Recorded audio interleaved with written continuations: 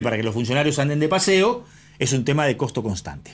Vamos a conversar con Luis Martínez. Vamos a hablar del caso que mostramos en el comienzo. Esa repudiable actitud de un grupo de personas que además filmaron el suceso de matar a golpes a una boa curiyú en la localidad de San Miguel. Luis, ¿cómo le va? Lo saluda Martín Varela desde LT7 y Canal 13 de Corrientes. Gracias por atendernos. Hola, ¿qué tal? Muy buenos días. Un placer poder saludarlo. No, el placer es nuestro de poder escucharte. A ver, la boa curiyú, tengo entendido, es una especie protegida, ¿no? Es una especie nativa y es una especie que está protegida por nuestra ley nacional de fauna, que es la 22.421, y es por ende que incluso cualquier tipo de mala manipulación que nosotros hagamos, incluso con solo tocarlo, se considera un delito hacia esta especie. A ver, suena a una posición bastante extrema. O sea, si una persona la quiere manipular para sacarla de su propiedad o algo, ¿está cometiendo un delito? Está cometiendo un delito, por eso es importante que reiteradas veces se ha dicho que si se ven ejemplares silvestres, sí. Por ejemplo en nuestra costanera, en estos últimos meses con las inundaciones aparecían muchas víboras y ejemplares silvestres, siempre es importante llamar a las autoridades competentes, quienes pueden hacer de manera adecuada y ordenada un rescate sin poner en riesgo a un animal silvestre. Una persona, un civil sin conocimiento en manipulación y cuidados a especies silvestres puede poner en riesgo a este ejemplar y por ende se considera un delito en el caso de que nosotros estemos atentando contra estos animales silvestres. Luis, le pregunto algo de manera muy específica porque a mí me toca vivir, por ejemplo, en una zona suburbana que tiene, bueno, contacto con especies que están en su hábitat natural, por ejemplo, la zona cercana a Santa Ana. Si uno se encuentra con una víbora yarará en su propiedad, tiene que evitar matarla a golpes, obviamente, ¿no? Sí, evitar matarla, porque recordemos que estas especies cumplen una función biológica sumamente importante y nosotros siempre recomendamos que o llaman al centro Aguará o llaman a los bomberos que muchas veces tienen conocimiento de rescate en caso de estos animales silvestres.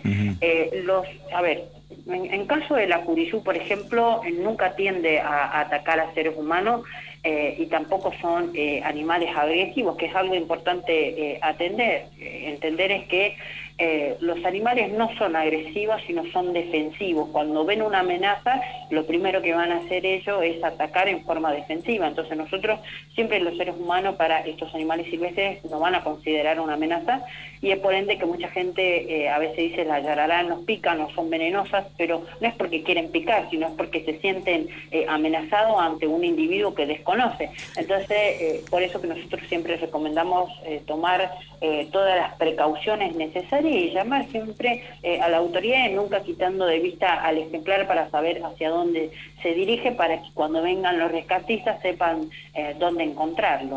Luis, buen día, le saluda Diego Romero.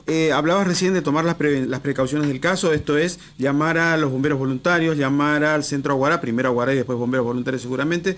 ¿Y cuáles son las otras precauciones a tener en cuenta? Porque la verdad es cierto, no atacan al ser humano, pero algún niño, algún animal doméstico, algún perro se puede acercar y allí se puede generar algún tipo de situación no deseada. ¿Qué es lo que tenemos que hacer?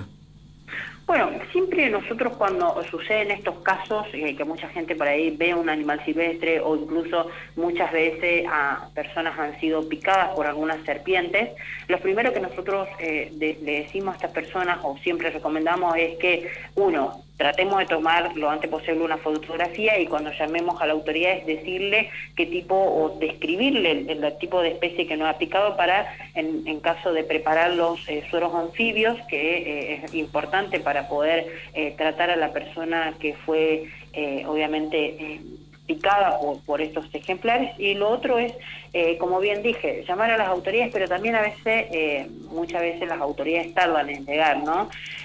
Siempre digo que tratemos de no perder de vista al ejemplar y tomar distancia, porque eso es importante entender. La gente ahora digo, tomen distancia, y la gente no entiende en tomar distancia, darle el espacio al ejemplar para que no se ponga más agresivo en este sentido y comience a querer ir a cualquier lugar. Siempre permanecer distancia, tratar de armar un perímetro que sea seguro para el ejemplar, tanto para la persona.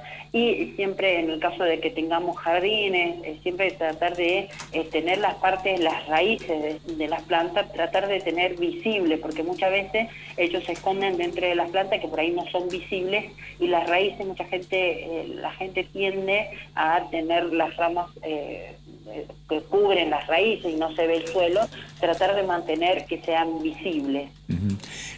Luis, a estas personas les cabe, la configuración de un delito, claramente. Sí, obviamente, lo que nosotros vamos a tratar de hacer es, como en todos los casos que nosotros siempre tratamos de denunciar y reportamos, es que obviamente estas personas tengan las sanciones correspondientes. Recordemos que a nivel nacional las sanciones siempre son económicas. Nunca las personas van a la cárcel, siempre tienen una sanción económica o se le quita su licencia de caza o de pesca, dependiendo cuál fuera el delito que ha cometido. Lo que nosotros, por eso es que nosotros siempre insistimos en la modificación de la ley de fauna, para que las sanciones económicas dejen de ser una opción, sino que hoy lo que estamos buscando también es que estos individuos que atentan contra nuestros recursos naturales tengan una responsabilidad penal. Claro, tengan la responsabilidad penal y vayan a la cárcel, o que hagan servicios comunitarios para que obviamente puedan, poder cumplir con las necesidades y obviamente con el delito que ha cometido. A nivel nacional, aparte estamos hablando de una zona donde hay muchísimos animales silvestres como San Miguel.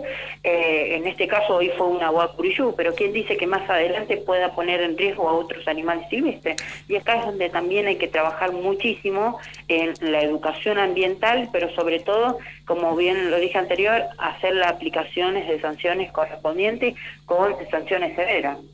Luis, ya que estamos hablando de San Miguel, vamos a hablar de un fenómeno que se viene dando, que es el rewilding, que es la reintroducción de especies que en su momento fueron extintas. El caso más emblemático es el del yaguareté. ¿Cómo ven ustedes este tema, el tema del yaguareté, en virtud de que hay mucha gente que tiene la inquietud de tener el temor de que se mezcle el hábitat del animal con el territorio ocupado por los humanos y que esto degenere en situaciones desagradables? Bueno, por eso es importante trabajar con los pobladores, generar educación ambiental, enseñarles el conocimiento, porque hay hay muchas creencias, muchas cosas que hay que derribar, muchos mitos que hay que derribar, y para eso hay que generar un trabajo constante, pero también es importante de que este trabajo constante de educación ambiental, como bien dije, para aquellas personas que atenten contra estos recursos o estas especies, sean sancionados, que no queden solamente en simples multas. Y acá también vuelvo a insistir, yo reiteradas veces vengo insistiendo, en que nuestra provincia necesita pasafauna, porque en un futuro no muy lejano, en cualquier momento nos vamos a encontrar en cualquier lugar de nuestro camino ejemplares de yaguareté que hoy ya viven libre en el Iberá y que van a comenzar a salir de su perímetro. Sí. Y eso es importante entender, de que no nos pase como hoy pasa en la provincia de Misiones, que más allá de tener todos los recursos necesarios, hay atropellamiento de fauna. Nosotros estamos haciendo un trabajo arduo en recuperación de especies, pero nos faltan muchas cosas todavía por arbitrar para poder resguardar a estas especies, como por ejemplo leyes que garantice obviamente la conservación de estas especies y que sancione a los individuos, como también pasafauna. La ruta 5 es una de las rutas donde hay mayor accidente y atropellamiento de fauna silvestre, entre otras rutas como por ejemplo la ruta nacional número 12 entre Tuzaingó e Itatí, es uno de los tramos donde hay mayores atropellamientos de fauna silvestre de suma importancia. Entonces todos esos sectores hay que poner recursos, hay que poner en este sentido pasafauna para poder resguardar a estos ejemplares silvestres, porque se está haciendo un trabajo arduo para recuperar especies, pero por otro lado estamos descuidando a esta especie y están siendo atropellados o van a poder ser atropellados en futuro. Luis, muchas gracias por estos minutos. No, muchísimas gracias a ustedes. Casi las 11:25. El desafío que hay, el tema del yaguareté es un tema que yo creo que hay que comenzar a prestar la atención, porque como decía recién Luis, Los animales van a comenzar a salir de su perímetro y tienen una capacidad de movilidad, de cobertura territorial. Estaba leyendo y escuchando a algunos especialistas que inclusive pueden llegar a moverse 50 o 60 kilómetros por día. Sí, son muy ágiles. ¿Te acordás del caso? ¿Por qué no pensar que ese hábitat puede mezclarse con los pobladores de la zona? Exacto. Ese conflicto es un conflicto latente. No es la misma especie, pero se acordarán ustedes que hace un par de años un puma que tenía ¿El año pasado? un GPS cruzó el Paraná. Bueno, ese son la altura de Santa Fe. Sí, y se movía a 200 kilómetros por día. Sí. Impresionante. Pero el año pasado tuvimos un puma que ingresó al perímetro urbano de Solari. Claro. ¿Te acordás? Sí.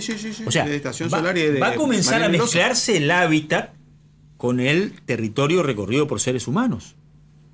Y mucho me temo que si hay algún incidente grave en contra de algún humano, la respuesta sea descontrolada en contra de la fauna. O sea, con este tema hay que tener cuidado, ¿eh? Sí. Claro, porque te gusta mucho el animal hasta que se te presenta, se te pone enfrente, Claro. y ¿qué vas a hacer? O, Tenés que salvar a los se te tuyos. acerca, o queda a 50 metros de uno de tus Claro. hijos. No, ¿Qué por haces? supuesto. Y si vos tenés un revólver y el animal No, te ve no. como presa, ¿qué haces? No, O sea, este es un tema que hay que ubicarlo en la agenda. Porque la gente también recorre territorio rural. Y se puede mezclar con el hábitat del animal, que el animal comienza a entender que ese es su territorio y comienza a moverse. sin dudas. Entonces yo creo que hay que comenzar a prever eventualmente el choque, el conflicto territorial entre animales y personas en el interior. Te voy a contar algo, Martín, que el domingo va a cumplir 40 años.